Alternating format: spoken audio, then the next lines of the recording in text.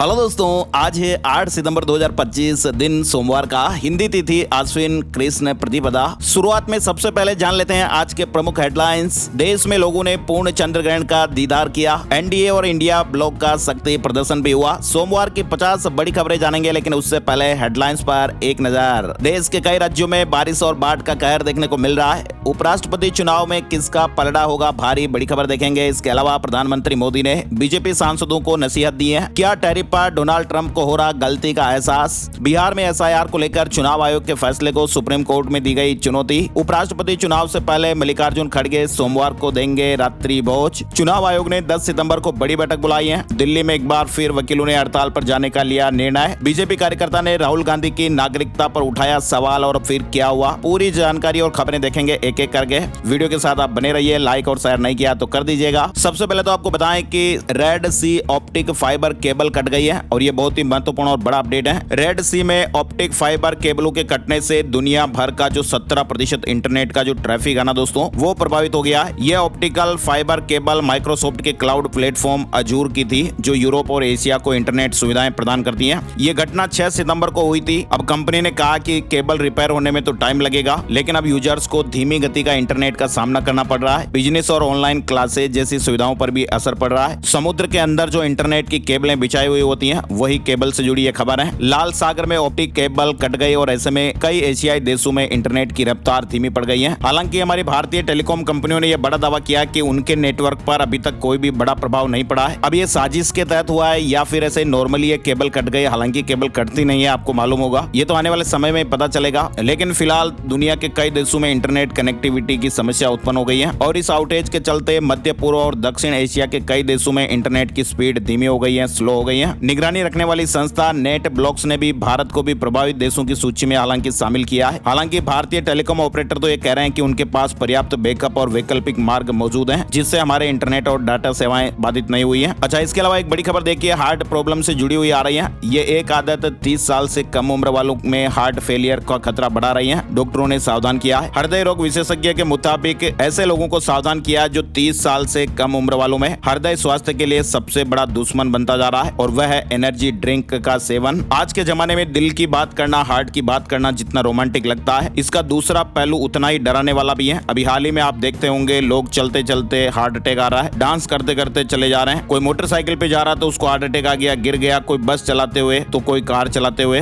कोई होटल में बैठे हुए खाना खाते खाते हार्ट अटैक से जान चली जा रही है। तो ऐसी कई सारी खबरें अखबारों में, सोशल मीडिया के माध्यम से भी आप देख रहे होंगे। और ताजुब करने वाली बात यह है कि कम उम्र में भी आजकल हार्ट अटैक से मौत के मामले आप खूब सुन रहे होंगे, देख रहे होंगे। और दोस्तों, एक अलार्मिंग भी है, एक अलर्ट भी है, क्योंकि हाल ही के वर्षों में 20 साल से कम उम्र के लोगों में भी हार्ट अटैक और इससे मौत के मामलों में बढ़ोतरी देखी गई। तो लाइफस्टाइल और खान पान में गड़बड़ी के साथ साथ हाई ब्लड प्रेशर और मोटापे की समस्या ने लोगों में हृदय रोगों के खतरे को काफी बढ़ा दिया है। लेकिन कई सारे लोग तो ऐसे होते हैं जिनका शरीर भी बिल्कुल दुबला पतला सा है, उनके भी हार्ट अटैक आ रहे हैं। तो एक बात जो अभी सामने निकल कर आई है वो ये है कि भाई, जो लोग एनर्जी ड्रिंक का ज्यादा सेवन करते हैं तो उनको अलर्ट हो जाना चाहिए। कई सारे ऐसे रिसर्च और अध्ययन हुए हैं जिसमें ये पाया गया कि एनर्जी ड्रिंक के सेवन की आदत गंभीर हृदय संबंधी समस्याओं के खतरे को कई गुना तक बढ़ाने वाली हो सकती है, जिसको लेकर सभी लोगों को सावधानी बरतते रहने की सलाह है। ये बात हम नहीं कह रहे हैं, ये एक्सपर्ट डॉक्टर हैं, उनके मुताबिक ये अपडेट्स आए हैं। एनर्जी ड्रिंक जो है वो हृदय रोगों का खतरा बढ़ा रहे हैं। एनर्जी ड्रिंक का अधिक सेवन ब्लड शुगर और रक्तचाप यानी ब्लड प्रेशर बढ़ा देता है। इसके अलावा ये हृदय की असामान्य लय को भी ट्रिगर कर सकता है। हृदय की मांसपेशियां कमजोर होती हैं, तो ऐसी चीजों से हमें दूरी बना के रखनी है।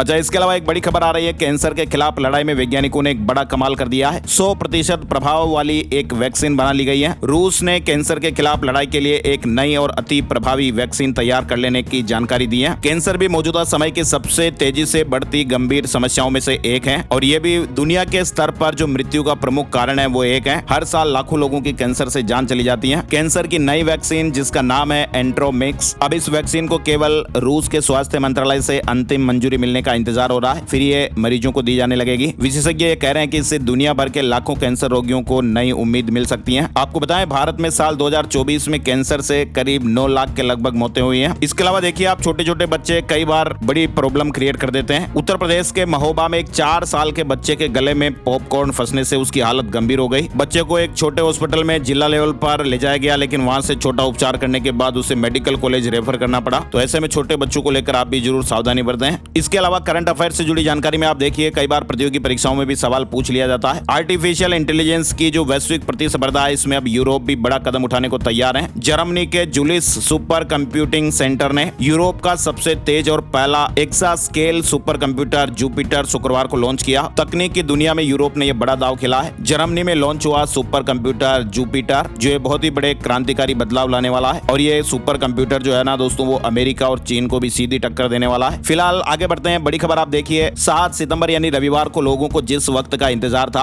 आखिरकार वो समय भी आया और साल 2025 का दूसरा और आखिरी चंद्र ग्रहण रात 9:58 पर लगा। भारत समेत कई देशों में लोगों ने इस अद्भुत नजारे को आसमान में देखा। ये ग्रहण 3 घंटे 28 मिनट तक चला। अब खास बात आपको ये बताएं कि जो पूर्ण चंद्र ग्रहण है वो तो खत्म हो गया, लेकिन अब 21 सितंबर को साल का आखिरी सूर्य ग्रहण भी लगेगा। 82 मिनट तक ये चंद्र ग्रहण का ब्लड मून देखने को मिला। तमिलनाडु से शुरू हुआ था और इसे पूरे देश भर में देखा गया। रात 11 बजे से 12:23 तक 82 मिनट पूर्ण चंद्र ग्रहण रहा। साल 2022 के बाद भारत में दिखने वाला ये सबसे लंबा पूर्ण चंद्र ग्रहण रहा। 27 जुलाई 2018 के बाद ये पहली बार मौका मिला जब ग्रहण को देश के सभी हिस्सों में देखा गया। चलिए आगे बढ़ते हैं। बड़ी खबर, भारत की कोरिया पर ऐतिहासिक जीत हुई है। पीएम मोदी और खेल मंत्री समेत कई दिग्गजों ने बधाई दी। बिहार के राजगीर में एशिया कप 2025 का खिताबी मुकाबला रविवार को भारत और दक्षिण कोरिया के बीच खेला गया और इस मैच में भारतीय हॉकी टीम ने 5 बार की विजेता कोरिया को 4-1 से हराकर खिताब अपने नाम किया। इस ऐतिहासिक जीत पर प्रधानमंत्री नरेंद्र मोदी, खेल मंत्री मनसुख मांडविया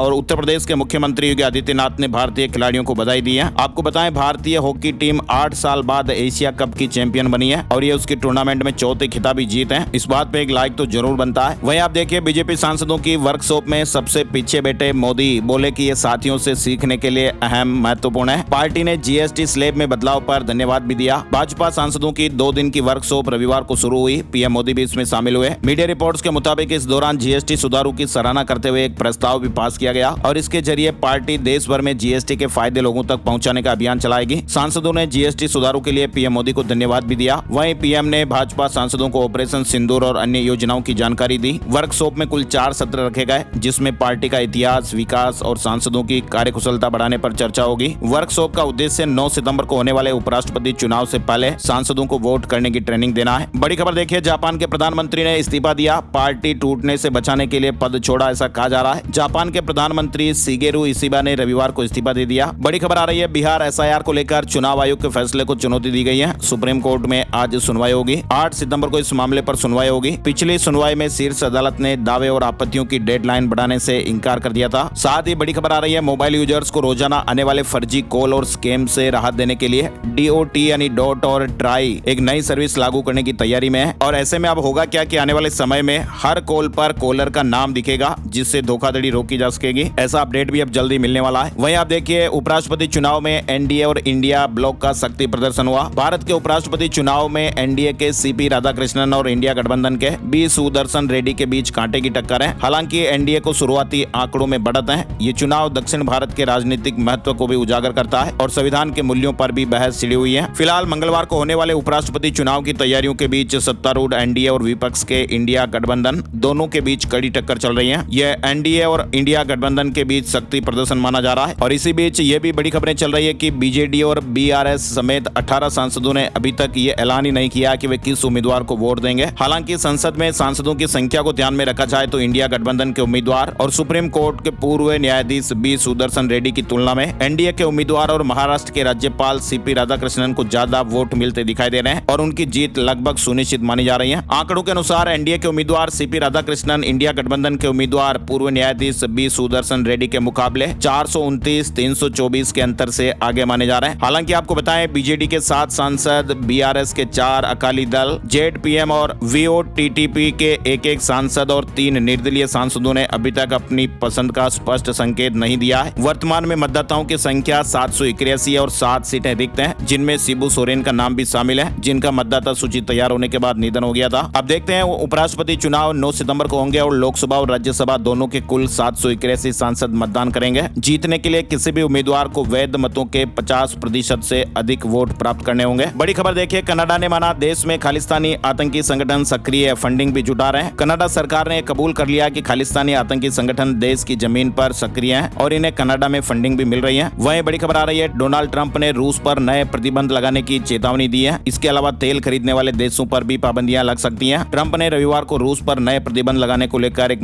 महत्वपूर्ण बयान दिया। साथ ही राष्ट्रपति ट्रंप ने दावा किया कि इजराइल ने शर्तें मान ली हैं, अब हमास की बारी है, और कहा कि ये अंतिम चेतावनी है। अमेरिकी राष्ट्रपति डोनाल्ड ट्रंप ने एक बार फिर इजराइल और हमास के बीच लगभग 23 महीने से जारी टकराव को खत्म करने पर यह बड़ा बयान दिया है। उन्होंने ये दावा किया कि इजराइल ने सभी शर्तें मान ली हैं और ऐसे में हमास को बंधकों को रिहा कर युद्ध को समाप्त करना चाहिए। साथ ही आपको बताएं, नोबेल पुरस्कार विजेता मोहन मुनासिंगे ने एशिया में बढ़ते परमाणु युद्ध के खतरे पर चिंता जताई है। उन्होंने एशियाई नेताओं से शांति और स्थिरता के लिए तत्काल कदम उठाने का आह्वान किया है। एशिया में परमाणु युद्ध का खतरा बढ़ रहा है, नोबेल पुरस्कार विजेता ने नेताओं को चेतावनी दी है। साथ ही देखिए, नेतन्याहू ने कहा कि 1 लाख लोगों ने गाजा सिटी को छोड़ा। यरूशलेम में हुई बैठक के दौरान इस बात की जानकारी दी। टाइम्स ऑफ इजराइल की रिपोर्ट के मुताबिक नेतन्याहू ने कहा कि हमास लोगों को रोकने की कोशिश कर रहा है। साथ ही एक्स पर बड़ा दावा किया गया, भारत जरूरत के लिए रूसी तेल खरीदता है, अमेरिका भी रूस से यूरेनियम लेता है और भारत पर प्रतिबंध लगाता है। ये डबल स्टैंडर्ड है। एलन मस्क के सोशल मीडिया प्लेटफॉर्म एक्स के फैक्ट चेक फीचर ने डोनाल्ड ट्रंप के सलाहकार पीटर नवारो के भारत के रूसी तेल खरीद से जुड़े दावों को गलत बताया है। एक्स ने एक नोट में लिखा कि भारत रूस से तेल अपनी ऊर्जा सुरक्षा के लिए खरीदता है, न कि सिर्फ मुनाफे के लिए। ये खरीद अंतर्राष्ट्रीय प्रतिबंधों का उल्लंघन नहीं करती। अमेरिका खुद रूस से यूरेनियम और दूसरी चीजें खरीदता है। भारत पर प्रतिबंध अमेरिकी प्रशासन का एक दोहरा रवैया दिखाता है। वहीं आप देखिए, हिमाचल प्रदेश में अब तक 350 से ज्यादा लोगों की जानें जा चुकी है। 4 लाख करोड़ रुपए से ज्यादा का नुकसान हो चुका है। उत्तराखंड में एक बार फिर बादल फटने की घटना हुई। पीएम मोदी 9 सितंबर को पंजाब भी आएंगे।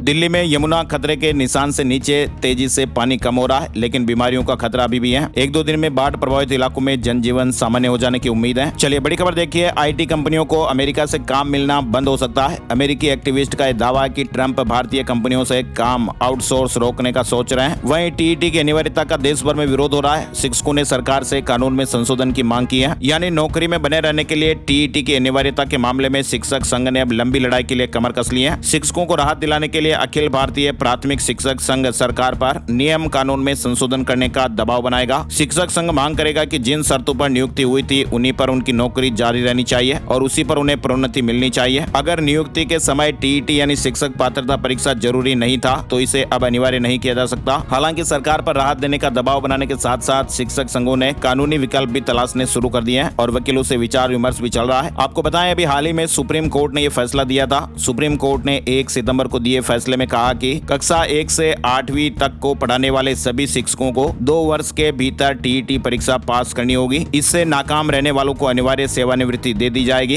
प्रोन्नति के लिए भी टीईटी पास करना अनिवार्य है। सिर्फ जिनकी नौकरी 5 वर्ष से कम बची हुई है उन्हें टीईटी से छूट है, लेकिन प्रोन्नति पाने के लिए उन्हें भी टीईटी पास करना होगा। कोर्ट का आदेश ये पूरे देश के लिए है और इस आदेश से अब शिक्षकों में हड़कंप मचा हुआ है, क्योंकि देश भर में लाखों शिक्षक है जिन्होंने टीईटी नहीं किया है। वहीं देखिए बड़ी खबर, वोटर आईडी में अब मकान नंबर 0 नहीं होगा। घर नहीं होने पर काल्पनिक नंबर नहीं दिए जाएंगे। राहुल गांधी ने इसी पर आरोप भी लगाए थे। कर्नाटक में सैकड़ों मतदाता पहचान पत्रों में मकानों का एक ही पता 0 दर्ज होने से मचे बवाल के बीच चुनाव आयोग कुछ परिस्थितियों में नोशनल नंबर देना खत्म करने जा रहा है। इसके लिए मतदाता के पते के बारे में नए फॉर्मेट पर विचार किया जा रहा है ताकि काल्पनिक नंबर देने की मजबूरी खत्म हो जाए। दिल्ली वालों के लिए बड़ी राहत की खबर आ रही है। खतरे के निशान से यमुना का पानी नीचे आया। दूसरे राज्यों में भी बाढ़ और बारिश से हालात आप देखिए। उत्तर भारत में भारी बरसात के कारण कई नदियां उफान पर हैं, जिसमें पंजाब, हरियाणा, दिल्ली और उत्तर प्रदेश के कई शहर बाढ़ से प्रभावित हैं। यमुना और गंगा नदियों का जल स्तर खतरनाक स्तर पर पहुंच गया है, जिससे लोगों को नावों से आवागमन करना पड़ा। हजारों लोग विस्थापित हुए, कई लोगों की जानें भी चली गई। देश के कई शहरों में सैलाब का कहर उमड़ा हुआ है। शहर शहर बारिश का कहर देखने को मिल रहा है। पहाड़ों से लेकर क्या पहाड़ क्या मैदान, पहाड़ों से लेकर मैदानी इलाकों तक सैलाब उमड़ा हुआ है। पंजाब, हरियाणा, दिल्ली, उत्तर प्रदेश, राजस्थान समेत कई राज्यों में नदियां उफान पर हैं। उत्तर प्रदेश में भी यमुना और गंगा नदी का बढ़ा हुआ जल स्तर लोगों के लिए परेशानी का कारण बन रहा है। मथुरा में तो हालात इस कदर बिगड़े हुए हैं कि लोगों को नाव से एक स्थान से दूसरे स्थान पर जाना पड़ रहा है। वहीं प्रयागराज और वाराणसी में भी गंगा का जल स्तर बढ़ रहा है। चलिए बड़ी खबर देखिए, रूस का यूक्रेन पर सबसे बड़ा ड्रोन हमला भी हुआ। कई इमारतों को नुकसान पहुंचा है। 800 से ज्यादा ड्रोन से हमले किए गए। रूस ने ये हमले यूक्रेन पर किए हैं। वहीं बड़ी खबर आ रही है हिमाचल प्रदेश से जुड़ी हुई। देखिए, पीएम मोदी 9 सितंबर को आपदा प्रभावित क्षेत्रों का हवाई सर्वेक्षण करेंगे। धर्मशाला में बैठक होगी, ऐसे अपडेट मिल रहे हैं। साथ ही पीएम मोदी कल पंजाब भी आएंगे, ऐसा अपडेट आ रहा है। पंजाब के सभी 23 जिले बाढ़ की चपेट में। 8 से ज्यादा जिलों के गाँव में अभी भी 4-4 फीट तक पानी भरा हुआ है। और इसी बीच पंजाब सरकार ने प्रदेश में सभी प्राइवेट, सरकारी एडेड स्कूल और कॉलेज, यूनिवर्सिटियों खोलने के आदेश दिए हैं। प्राइवेट स्कूल, कॉलेज और सरकारी कॉलेज, यूनिवर्सिटी 8 सितंबर से खुल सकते हैं। वहीं सरकारी स्कूलों में आज पढ़ाई नहीं होगी, लेकिन टीचर आकर स्कूल की स्थितियां देखेंगे, साफ सफाई वगैरह भी करवाएंगे। प्रधानमंत्री नरेंद्र मोदी 9 सितंबर को पंजाब आ रहे हैं। गुरदासपुर में बाढ़ प्रभावित इलाकों में आकर पीएम मोदी हालातों का जायजा लेंगे। बाढ़ पीड़ितों से मुलाकात भी करेंगे। वहीं सीएम भगवंत मान ने 8 सितंबर को दोपहर 12 बजे मुख्यमंत्री निवास में कैबिनेट मीटिंग बुलाई है। सीएम भगवंत मान अभी भी मोहाली के प्राइवेट हॉस्पिटल में भर्ती है और वहीं से वीसी के जरिए मीटिंग में जुड़ेंगे। पंजाब से ये अपडेट आ रहा है कि पंजाब में जल प्रलय से हालात सुधर नहीं रहे। पहाड़ों और मैदानी इलाकों में हो रही बारिश से पंजाब में 3,87,000 लोग बेघर हो गए और अब तक 22,938 लोगों को बाढ़ प्रभावित क्षेत्रों से सुरक्षित निकाला जा चुका है। शनिवार को 4 जिलों में टूटे दूसरी बांधों पर रविवार को दिन भर मरम्मत का काम भी चला। 20 लाख से अधिक लोग प्रभावित हुए हैं। अब तक 48 लोगों ने जाने भी गंवा दी है और आज पंजाब कैबिनेट की बैठक भी होगी। अस्पताल में वीडियो कॉन्फ्रेंसिंग से सीएम मान जुड़ेंगे। वहीं देखिए आप, हिसार और जयपुर फ्लाइट की टिकट बुकिंग भी शुरू हो गई है। 12 सितंबर से हफ्ते में एक बार उड़ेगी। किराया भी तय हो गया है। इधर हिमाचल प्रदेश से खबर आ रही है कि अगले 3 दिन मौसम साफ रहेगा। मानसून अब धीरे धीरे कमजोर पड़ने लगा है। शिमला और कुल्लू में सामान्य से दोगुनी बारिश दर्ज की गई है। हालांकि कुछ स्थानों पर अभी भी हल्की बारिश की संभावनाएं रहेगी। साथ ही उत्तराखंड से बड़ी खबर आ रही है। मुख्यमंत्री पुष्कर सिंह धामी के निर्देश पर शुरू हुआ ऑपरेशन कालनेमी अब और प्रभावी ढंग से चलाया जाएगा। अब तक इस ऑपरेशन के तहत सभी जिलों में 5500 से ज्यादा लोगों का सत्यापन किया गया है। 14 लोगों को गिरफ्तार भी किया गया, जबकि जो लोग पकड़ में आए बांग्लादेशी थे उनको उनके देश में वापस भेजा गया। बिहार से बड़ी खबर आ रही है। मुख्यमंत्री नीतीश कुमार ने महिला रोजगार योजना का पोर्टल लॉन्च कर दिया है। सितंबर में खाते में 10,000 रुपए आएंगे। मुख्यमंत्री महिला रोजगार योजना का शुभारंभ हो गया है। वेबसाइट भी लॉन्च हो गई है और इसके अंतर्गत महिलाओं द्वारा रोजगार शुरू करने के बाद आकलन करके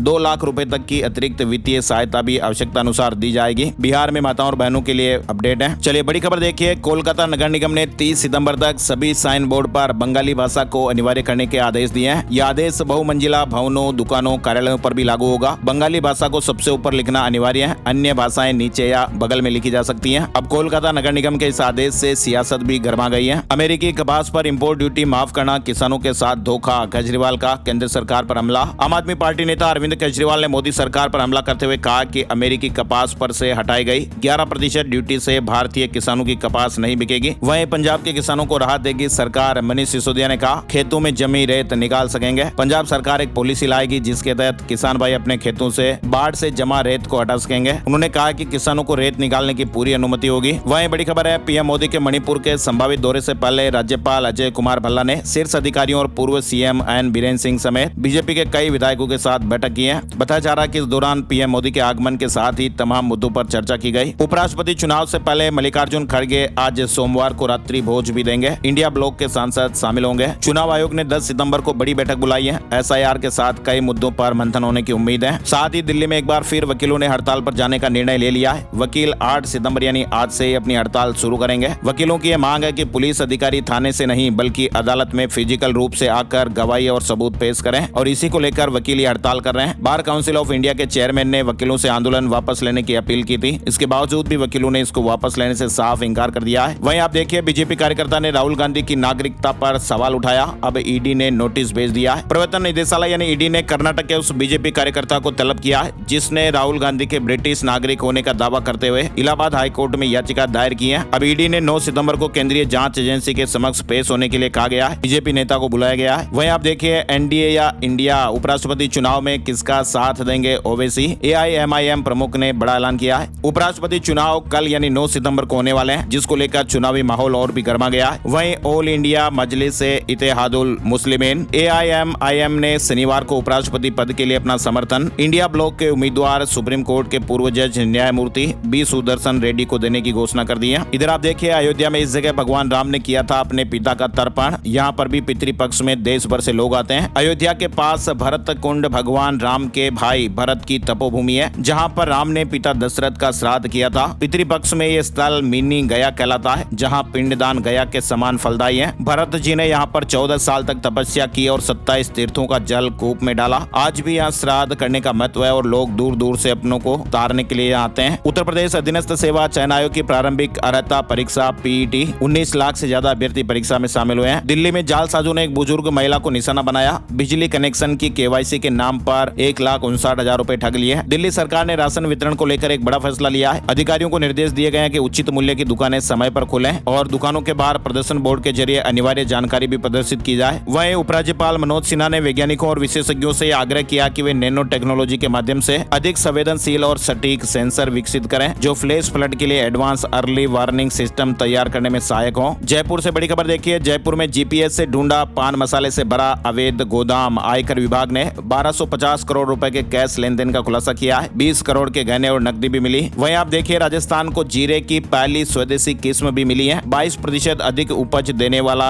जीरे का नया बीज आप देखिए। राजस्थान के किसान भाइयों को अब अपने ही धरती पर विकसित पहला स्वदेशी जीरा मिलेगा। जोधपुर कृषि विश्वविद्यालय ने 7 साल की मेहनत के बाद जोधपुर जीरा 1 नाम की नई किस्म तैयार की है, जिसे भारत सरकार ने आधिकारिक मंजूरी भी दे दी है। दरअसल दोस्तों ये जीरे की जो किस्म है वो 22.7% ज्यादा उपज देती है और इसमें बीमारियां भी कम लगेगी, दवाइयों का खर्चा भी कम करना पड़ेगा, ज्यादा उपज भी मिलेगी। कृषि वैज्ञानिकों का यह मानना है कि किसानों की आय बढ़ेगी और भारत का जीरा निर्यात जो साल 2024 में करीब 5,000 करोड़ रुपए का था, आने वाले सालों में और तेजी से बढ़ सकता है। अगर आप भी राजस्थान से जुड़े हुए हैं तो किसान भाइयों तक ये खबर जरूर शेयर कीजिएगा। जयपुर में 70 नई राशन की दुकानों के लिए आवेदन करने का मौका दिया जा रहा है। साथ ही एक बड़ी अलर्ट करने वाली खबर आ रही है। राजस्थान समेत 5 राज्यों में एस्कॉर्ट सर्विस के नाम पर ठगी का एक बड़ा खेल चल रहा है। एआई से तैयार करते खूबसूरत लड़कियों की तस्वीरें हाई प्रोफाइल लोगों को भेजकर महंगे होटलों में बुलाते हैं और फिर उनको ब्लैकमेल किया जाता है। लड़कियों के photo rate card WhatsApp number पर भेजते हैं। हाई प्रोफाइल लोगों को ठगने का एक खेल जयपुर में एक छोटे से कमरे में चल रहा था और 25 साल का एक ग्रेजुएट युवक इसका मास्टरमाइंड निकला और उसने ही किराए के कमरे में कॉल सेंटर बनाकर अपनी तरह के बेरोजगार लड़के लड़कियों को नौकरी पर रखा। एआई से सुंदर लड़कियों की तस्वीरें तैयार की जाती है और फिर उन्हें ग्राहकों को बेचकर एस्कॉर्ट सर्विस के नाम पर ठगी को अंजाम दिया जाता। जयपुर में बैठकर इस गैंग ने 5 राज्यों के कई शहरों में अपना नेटवर्क फैला लिया। सैकड़ों लोगों को अपनी ठगी का शिकार ये बना चुके हैं। उत्तर प्रदेश के एक इंजीनियर की शिकायत पर इसका एक बड़ा खुलासा हुआ। वेबसाइट पर ऑनलाइन एड देकर ये फंसाते थे। आगरा, ग्वालियर, लखनऊ, दिल्ली समेत अलग अलग राज्यों और शहरों में विज्ञापन भी देते हैं। चलिए बड़ी खबर देखिए। राजस्थान में एसआई भर्ती में चयनितों की गुहार, न्याय दो सरकार। कैंडिडेट बोले कि 785 कैंडिडेट्स के खिलाफ फर्जीवाड़े के कोई प्रमाण नहीं। वहीं एसआई भर्ती रद्द करने के खिलाफ हाई कोर्ट में आज सुनवाई होगी। ट्रेनी सब इंस्पेक्टरों ने कहा कि पेपर बड़े स्तर पर लीक नहीं हुआ, रसूखदार के बच्चों और रिश्तेदारों तक ही पहुंचा। सब इंस्पेक्टर यानी एसआई भर्ती 2021 को रद्द करने के सिंगल बेंच के फैसले के खिलाफ आज सोमवार को हाई कोर्ट की डिवीजन बेंच में सुनवाई होगी। बीसलपुर बांध में फिर पानी की निकासी बढ़ाई गई है। 8 गेटों से प्रति सेकंड 1.32 लाख क्यूसेक पानी की निकासी हो रही है। महाकाल मंदिर को 39 दिन में 30 करोड़ रुपए का दान मिला। सावन भादो का ये दान अब तक का रिकॉर्ड बना है। वहीं मध्य प्रदेश से बड़ी खबर देखिए। अवैध निर्माण पर हाई कोर्ट का फैसला आया। बिना अनुमति किए निर्माण को हटाना होगा। नियमितीकरण के लिए 7 साल में आवेदन भी नहीं किया। ग्वालियर हाई कोर्ट ने एक महत्वपूर्ण फैसले में कहा कि बिना अनुमति किए गए निर्माण को किसी भी स्थिति में संरक्षण नहीं दिया जा सकता। मामला ग्वालियर की रहवासी एक महिला से जुड़ा हुआ है। उन्होंने अपने मकान में नगर निगम की अनुमति के बिना ऊपरी मंजिल का निर्माण कर लिया था और इस निर्माण में कैंटिलीवर पर रसोई और बाथरूम भी शामिल थे। पड़ोसियों ने इस निर्माण पर आपत्ति जताई और अब न्यायाधीश ने भी निर्माण को अवैध करार देते हुए इसे हटाने के आदेश दिए हैं और ये मामला फिर हाई कोर्ट में चला गया।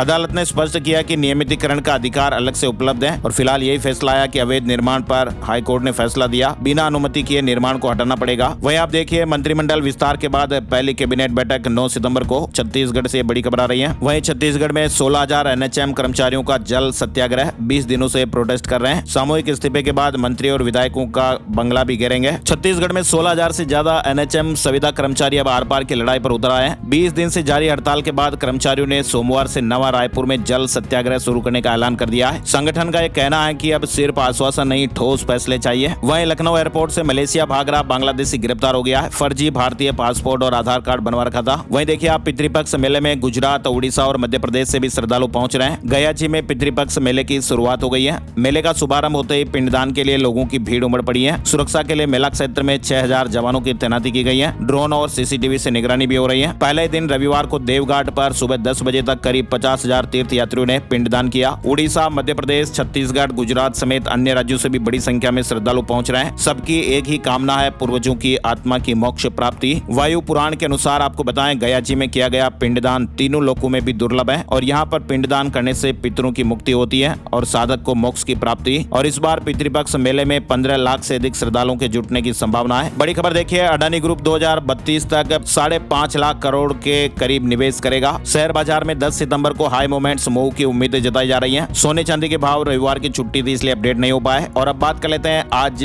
8 सितंबर का राशिफल कैसा रहने वाला है। आज सोमवार 8 सितंबर को मेष राशि के लोगों को धैर्य से काम करना होगा। मिथुन राशि के लोगों के रुके हुए काम आगे बढ़ सकते हैं। सिंह राशि के लोग नए प्रोजेक्ट पर काम शुरू कर सकते हैं। मीन राशि के लोगों की धन संबंधी चिंताएं भी दूर हो सकती हैं और बाकी राशियों के लिए सीधा रुका आज मिला जुला असर रहेगा। तो ये थे दोस्तों आज के मुख्य समाचार और बड़ी खबरें। ऐसी ही ताजा खबरों का वीडियो हम हर रोज आपके लिए लेकर आते रहते हैं। तो आज अगर आपने पहली बार ये वीडियो देखा तो लाल वाला सब्सक्राइब का बटन दबा दीजिएगा और इस वीडियो को लाइक कर दीजिए और अपने एक दोस्त को इस वीडियो को आप शेयर कर दीजिए ताकि आपके मोबाइल पर ये वीडियो हर रोज दिखता रहेगा। एक और नई जानकारी और अपडेट वीडियो में फिर मिलते हैं, तब तक के लिए जय हिंद, जय भारत, वंदे मातरम।